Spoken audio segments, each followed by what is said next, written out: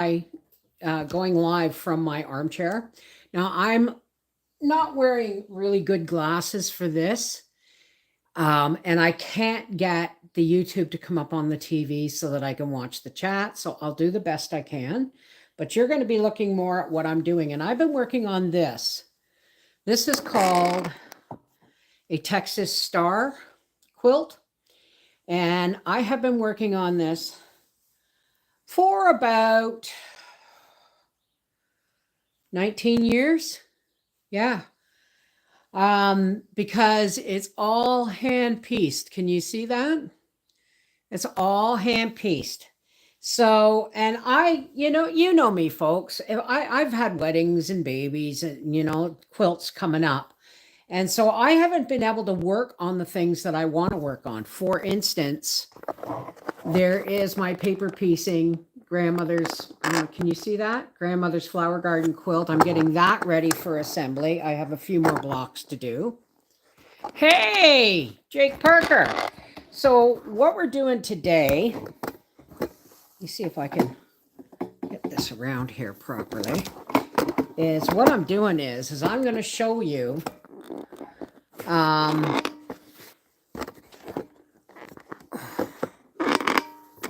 going to see if I can, that might be a better angle for y'all. But it's not a great angle for the chat, so I'm really, really sorry if, well, I mean, and the problem with this is I used to have an office printer that did photocopies, photographs, everything. And I got this pattern out of one of my quilt books. But what I did was I photocopied the templates and then shrunk them. So I've lost the original templates and I can't get them to do on my current printer. So I'm kind of stuck. What I've done is, for the pieces I need, I still have lots of petals for the star. I call them petals because they're more like a flower. But I had to go and I had to create 2 new templates for the center and for the corners, and then use them. So, but what I'm doing right now is, let's move this over here. What I'm doing right now is this, it's an awkward piece. Let me move you back a little bit so I can show you. It's an awkward piece to assemble, you see? So I have now figured out how to kind of do it by rows. So what I'm doing is now, which way does this go? This goes by 6. So this is the way it's going. And what I'm going to do is I'm going to do these panels of rows of 6. And then when the panels are done, I'm going to sew them all together. But this is my biggest challenge. My big challenge was, okay, geez. Hey, how's it going? So here is one of the rows I've been picking at while watching TV. And what I'm doing now is I'm inserting and sewing, and I did that friggin' backwards. I really should not medicate. Now, where is my seam ripper? It's a good thing I keep my seam ripper handy. Seam rippers don't necessarily work well. Let me just cut you right off. You see these scissors? You see what that says? No, never. Nobody touches these but me. They are only for fabric. Oh, the itch on my back. Ah, that's what I get for sewing medicated. Now, let me see if I can. I wonder if I can zoom. Can I zoom? Oh, way too much zooming. Okay, so how is that? Okay, we'll have to turn this just a little bit more. There we go. And there's nothing worse than, because hand sewing actually is stronger than machine sewing if it's done right. But there's nothing worse than putting teeny tiny little stitches in something and then realizing you've done it backwards and you have to take it out. That's what I get for medicating while I work. Howie's been up on the roof today. And he's getting there, man. I'm telling you. I hope you guys saw that video on Life with the Wolfies. He's getting more and more comfortable with the camera, and I had very little editing to do. Let's see now. Come here. Oh. So you don't want to just, the problem, you don't want to just rip it either, because some of this fabric is feed sack fabric. All right, so this is what I'm doing. I am sewing all these yellow sections in. Let's see if I can't make this just a little bit easier. Is that okay? I'm sorry if I can't watch the chat here, guys. So I'm sewing these yellow sections on, and then I'm going to sew this section to that over there. So let's do this correctly this time, Beverly. And it looks odd because, and it's easy to get it wrong because it's got to go like this, okay? So, see, I almost made another mistake.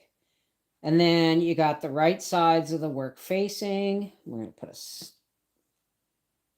pin in here just to hold this in place. And then I'm going to start. Ooh, my medicinal herb is drying, and boy, it's not a lot of it, but boy, can you ever smell it. Can you guys see okay? And then I start. Now, there's no lines on here to tell me to give me a seam allowance. I eyeball this, guys. I eyeball this. So we put the first stitch in. I don't use knots. We put the first stitch in, and then we double it back. Can you see okay? And then I just make these teeny tiny little running stitches along.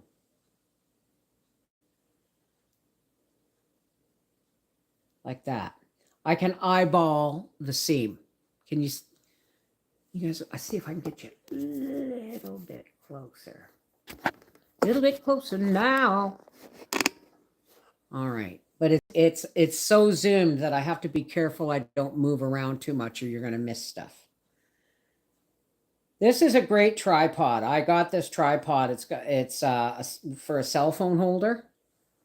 I can't read the chat. I'm so sorry. I will watch this later and read all the chat. So I just go from point A to point B, giving myself this little seam. This is not a beginner's quilt, I'm telling you. My Aunt Jane told me the first grandmother's flower garden quilt I made. Maybe that's just a little too close. Right there should be just about right. My Aunt Jane gave me some blocks, some grandmother flower garden blocks. And she said, don't buy. I said, oh, I've always wanted to try that. She said, don't. It'll break your heart. But the thing is my Aunt Jane did these things with sewing, tried to do it with a sewing machine. And something like this, or the grandmother flower garden, when you're doing it, here, I'll give you an example. When you're paper piecing it, right, it's nothing. You can put this together, but my original grandmother flower garden quilt was all like this. There was no paper piecing. They were all precise. Each piece was precisely cut, and they were hand pieced without sewing lines, sewing guides. So my sister has that quilt. Where am I here? Here I am. And I should have done this from the other direction. You know that? I should have done it from the other direction. So we're going to take that out because I would have then gone back up, but I got so caught up in what I was talking here. But this one, once I finished, or once I did was working on the grandmother's flower garden quilt, I realized, oh, and I cut these too short a little bit, so I have to really kind of pay attention to what I'm doing here. Okay. Put this over here, just so I know where I am. And this over here, I hope you guys can see what I'm doing here. So once I mastered hand piecing, I didn't master it, but once I mastered the hand piecing of the grandmother's flower garden quilt, the original one, the one I'm doing is child's play now compared to the original. Once I got the hang of that, I started on this one. And these are supposed to be much big. These are supposed to be almost 40% bigger, these blocks. But I figured, well, I did a grandmother's flower garden quilt. I'm ready. Or I worked out how to do the grandmother's flower garden quilt. So I'm ready to try something a little more difficult. 19 years later, I'm finally picking it back up. And every once in a while, halfway through the block, I will back stitch one. And that's what causes a problem when you try and if you have to take it apart with a seam ripper. But I say I get about 10 stitches to the inch, roughly, which is pretty good. You don't want really big stitches because, and you don't want too many tiny ones either. You want a nice mix of a nice average stitch.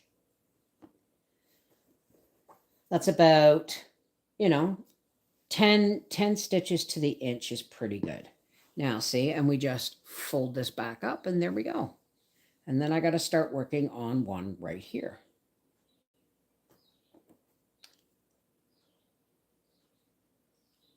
And I am going to start it here. All this is done by eyeball and by hand.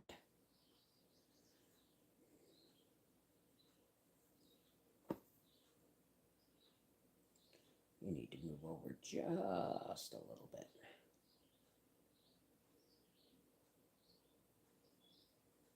To there. Okay.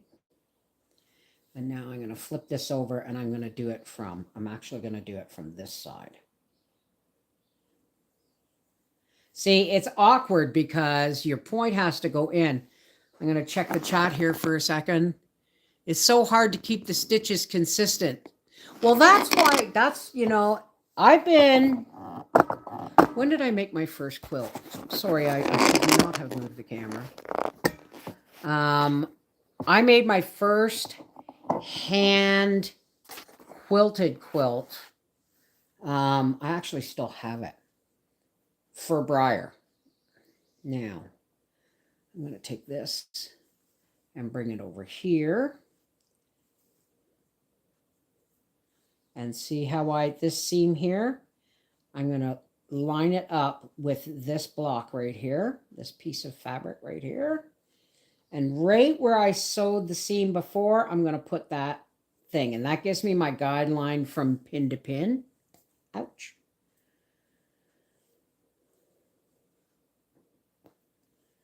And this is a junction, so I'm going to take it over from the other side here.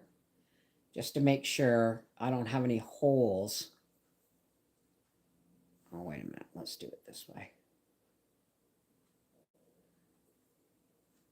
Because there's like 3 points meeting here. So I just want to make sure I am doing this with as little pucker as possible.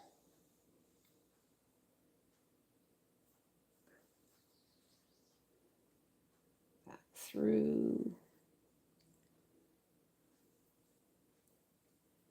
And then back through one more time. Tighten it up with no pucker. So this is pretty boring stuff. It's like watching paint dry, or for some people, you know, it's akin to watching golf, right? You know, watching golf is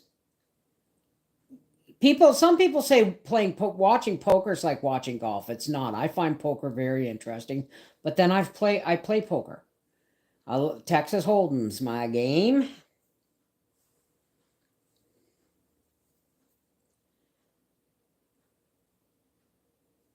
And this, I've got this quilt too. Well, this will take me a few more years of just quiet evenings in front of the TV.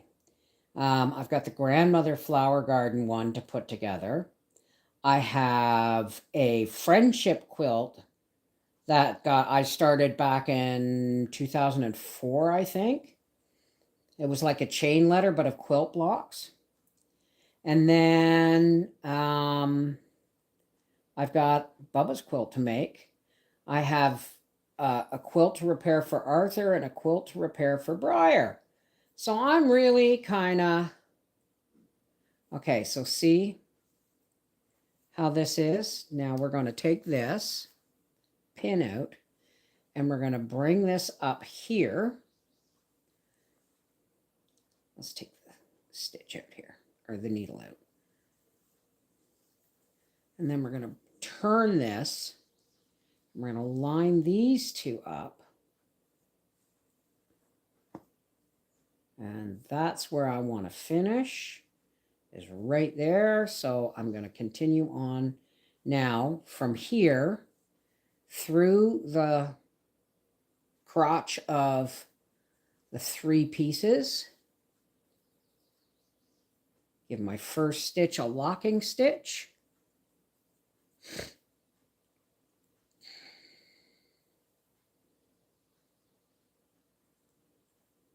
And then we zip along down.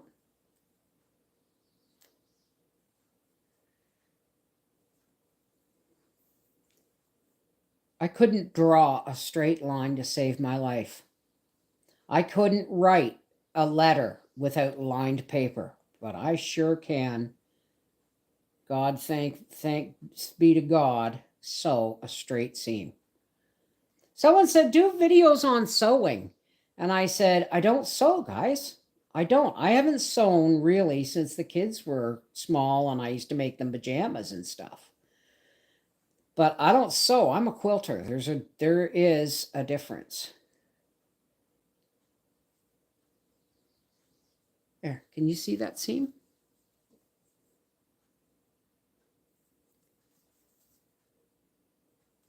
And to me, that looks pretty sloppy.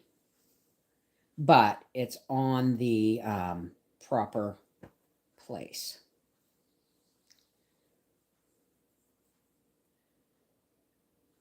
I've been working on my brother's celebration of life slideshow, and it's going to be a lot longer than I expected, but I've got to get that done and get it on a stick and get it mailed to my nephew, so that see, you bored yet? This is it. Once I have 1, 2, 3, 4, 5 more of these yellows on, I will be able to put that on the next strip of the panel. What's that say? I missed it. If few years ago, you made a gift by sewing beautiful diamonds at end of each towel. Yes, that was a gift for my cousin Diane. That was a gift for my, and she loved that. She has it in her guest bathroom. I said, for God's sakes, use it. Use them, you know. No. I said, Diane, there were $10 towels. She said, yeah, but how many hours did it take you to put those on? So I guess that's sewing. I guess that is sewing, but it's not like I don't do, you know, sewing with clothes and stuff. Let's see if I can make this a little closer for you. So again, this has to go in here. So we're going to start here.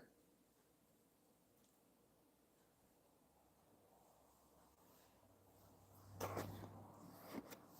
we're going to put the pin right where everything meets. You see at the top of the seam from here meets it there. It's kind of mathematical, but you know, you got to have a good eye, so to speak. Right, I need more thread and a sip of tea. Oh yeah, feed sack fabrics. This here, this is feed sack fabric. If you don't know, I can't read the chat, but if you don't know what feed sack fabric is, put your hand up in the chat so I can explain it to you. I'm sorry, my shirt's rolling up over my belly here. I need some thread.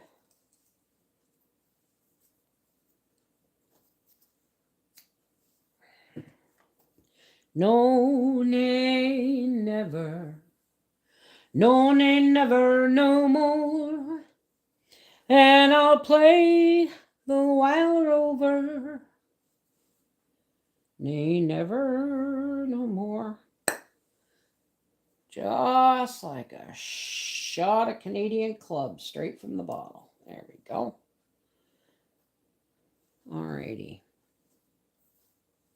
Now, this is going to have to go doom, so we're going to start sewing from this side. We're going to go down this way. Okay. Back in after World War I,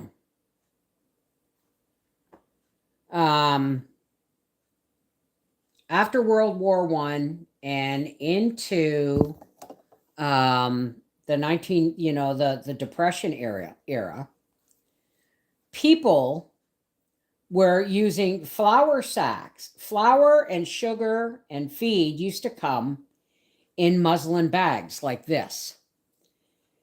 But it would be white and it would have the, you know, the word flour across it, or sugar.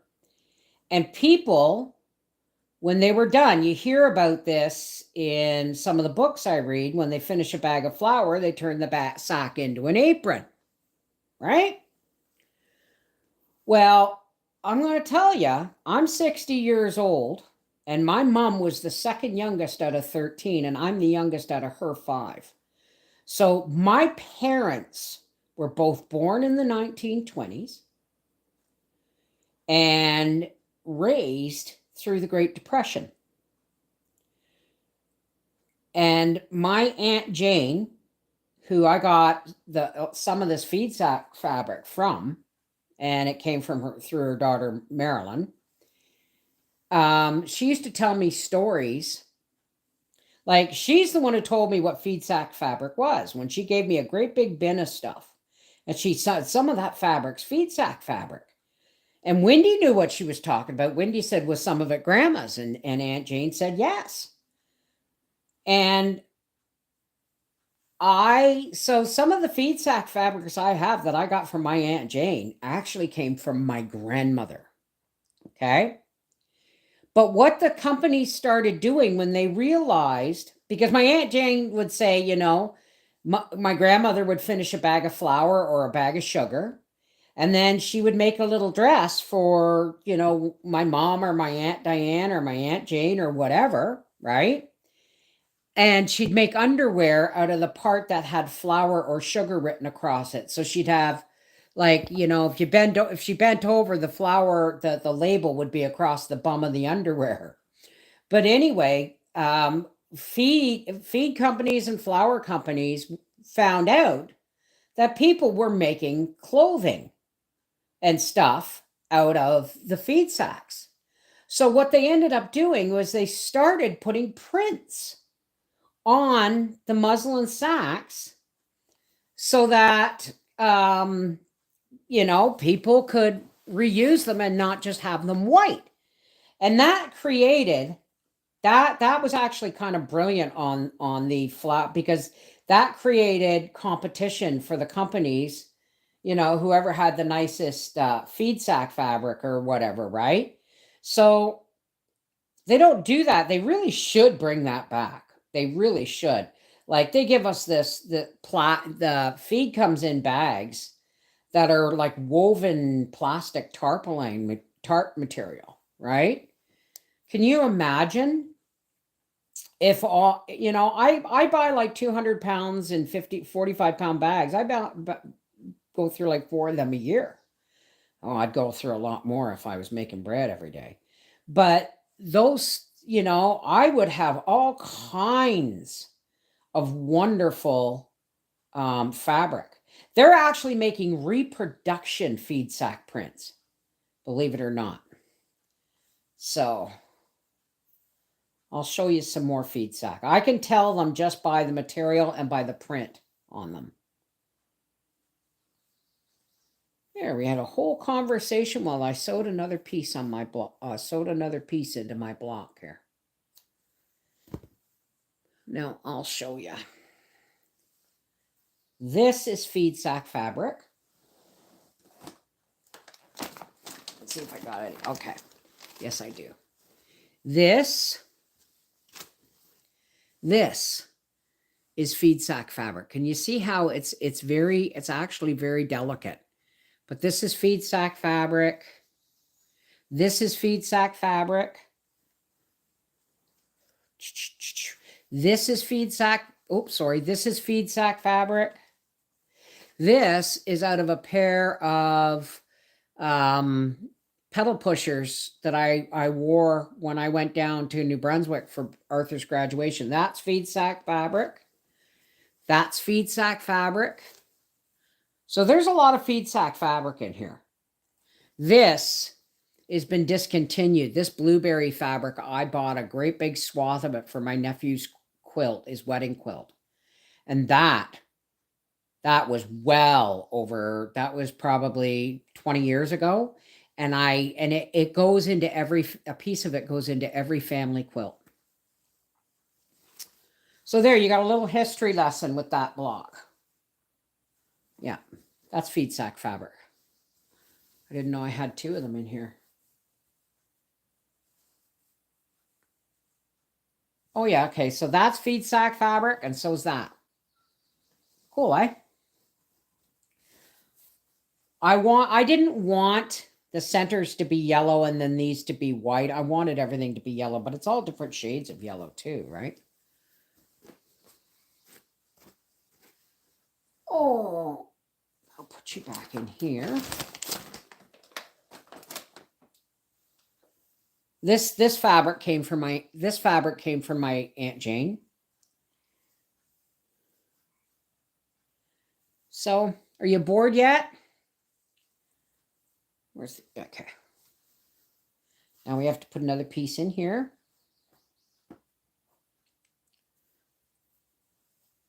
And it's got to go in here. So we're going to start it right here. Oh, the tree frogs are back in my pool, even though there's only like an inch of water in the bottom. Howie throws little chlorine in every once in a while to keep the mosquitoes down.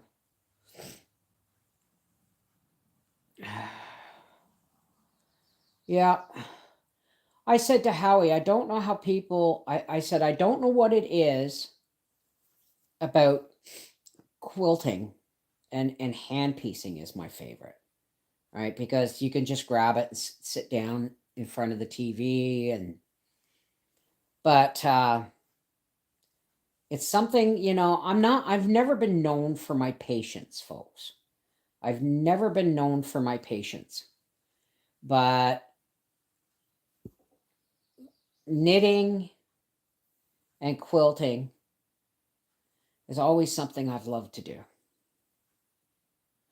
I mean, even when I was a kid, when my dad bought me my first little girl sewing machine, that actually sewed with thread, and it was a lot better of a machine than those stupid little mini sewing machines they try and pawn off for $29.99, which are garbage. But I remember I made my nephew Aaron, who is now, how old am I? I'm 60, so he's 59, or he'll be 59 in July. And I made him a hobby horse, and I made my niece Adrian a little rag doll out of denim. And I was 9 or not quite, yeah, I was 10 when I did that. So, I mean, I've always found this kind of thing fascinating. And it's funny because I never saw my mother do a lot of sewing or quilting. I remember her sewing at the sewing machine, like doing repairs and stuff, but I don't, ever remember. I got the quilting gene from, her sister, my Aunt Jane, I guess. So I don't think my elders realized that I was paying. Oh, and I did it backwards again. I didn't do it backwards. I should have started sewing from this way going down. But I get talking, you see. Now I have to bring this corner together a little bit. Anyway, so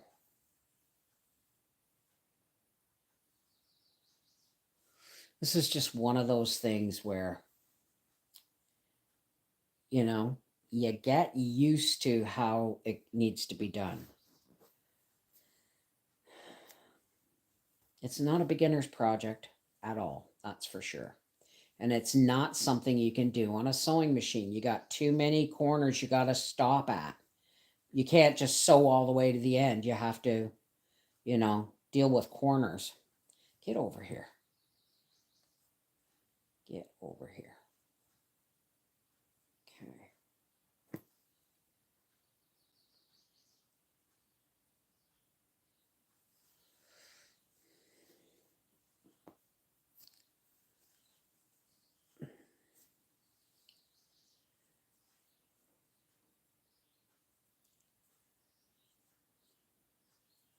Two cheeks just like a rose, a little turned up nose. To me he'll always be that little boy of mine. Two arms to hold me tight, two lips to kiss goodnight. To me he'll always be that little boy of mine. And when he grows up to sail the seven seas, here's hoping he'll stop and think of me as two arms to hold him tight, two lips to kiss goodnight. To me he'll always be that little boy of mine. Have you guys seen enough of this quilting stuff? It's pretty boring, eh? But for some reason I find it very soothing. Very soothing. When you have all the bits and pieces together that you need and you can just sit and sew.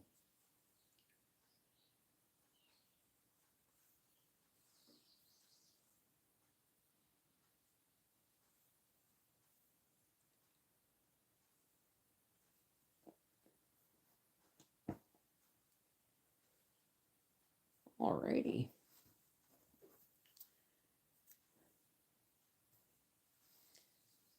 And another piece. And I have 1, 2, 3 more 1, 2, 3 more to do. And then I can sew this on. Anyway, if you want,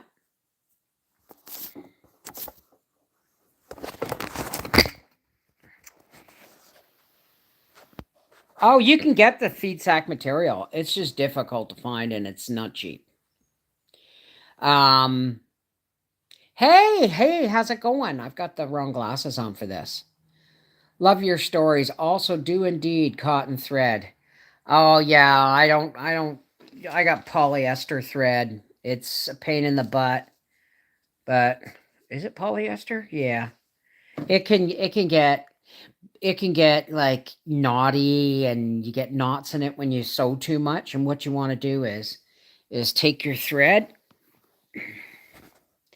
and a bar of soap or a candle and push this thread with your thumb into the candle and then pull the thread through. So you're kind of waxing the thread, and that will help it from knotting. But don't do it too much or this thread gets too stiff. Not boring, keeping up. Well, listen, I'm gonna get off here now, and maybe when I get back to putting this row on the panel, I'll go live. Let me know in the comments after this video if you want me to go live again while I'm working on the other one. All right. This is Mrs. Volpe from Our Half Acre Homestead, and this is what I'm doing. My back is so sore, I can't work in the garden today. I overdid it yesterday. But there's always things I can do, right? Take care. God bless. Mwah. Oops. What am I doing here?